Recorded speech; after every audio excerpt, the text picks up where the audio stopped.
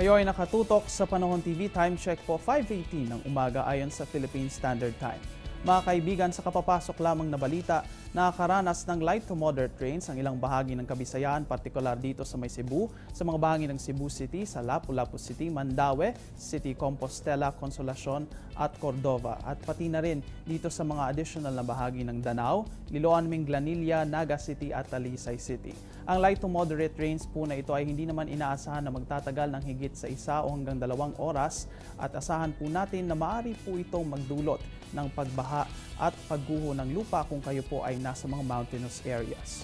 Sa bahaging ito na ating programa, mga kaibigan, silipin natin ang magiging lagay ng panahon sa mga susunod na araw sa ilang bahagi ng bansa.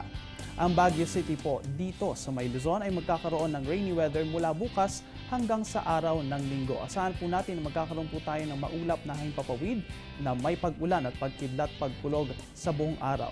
Ang Metro Manila naman po ay magkakaroon ng fair weather conditions for the next 3 days. Asahan lamang po natin ang bahagya hanggang sa maulap na himpapawid na mayroong tsansa na pag-ulan at pagkidlat pagkulog. Ngunit pagdating ng araw ng Linggo ay maaari pong magkaroon tayo ng maulan na panahon. Kaya handa po natin ang ating rain gear.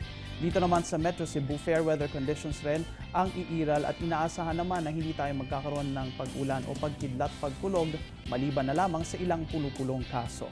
Samantala dito naman sa Metro Davao, magkakaroon po tayo ng fair weather conditions, ngunit inaasahan po na ito ay magaganap sa weekend. Ngayong araw po ng Friday, yan po ay bukas, magkakaroon po tayo ng maulan na weather conditions at maaari po itong magtagal ng buong araw.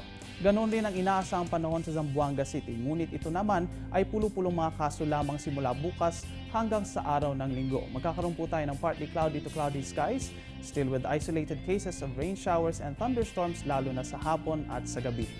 Mga kaibigan, sa parting ito ng ating programa, silimit po natin ang weather conditions ng ilang bahagi ng Pilipinas. Unahin po natin dito sa may Cabanatuan kung saan magkakaroon ng temperatures na maaaring maglaro sa 27 to 37 degrees Celsius.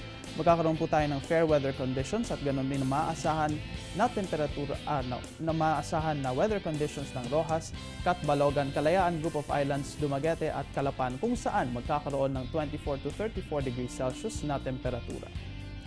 At dito naman sa may Tagbilaran, magkakaroon po tayo ng slightly lower temperature conditions. Maglalaro lamang po yan sa 26 to 33 degrees Celsius. At ang General Santos City, Surigao, Kidapawan at Dipolog ay magkakaroon po ng fair weather conditions at magkakaroon ng temperatura na maglalaro sa 24 to 34 degrees Celsius. Alamin na rin natin ang weather forecast sa ilang mga tourist destinations dito sa bansa. Unahin po natin ang Puerto Galera, Vigan, Taal, Anilao at Banawe. Maglalaro po ang temperatura sa 15 to 32 degrees Celsius at magkakaroon po tayo ng varying weather conditions na maaaring maging fair hanggang sa rainy sa ilang bahagi ng bansa. At dito naman sa Naga, Boracay, El Nido at Camiguin, asahan po natin ang fair weather conditions at maglalaro po ang temperatura sa 24 to 34 degrees Celsius. Ngayong onset ng tag-ulan, siguraduhin nating handa ang ating rain gear at panatilihin rin nating hydrated ang ating katawan dahil inaasa magiging mataas pa rin ang ating mga temperatura dito sa bansa. Sa aming pagbabalik, ihahatid namin sa inyo ang rainfall advisory sa mga susunod na oras. Iyan matapos ang ilang paalala.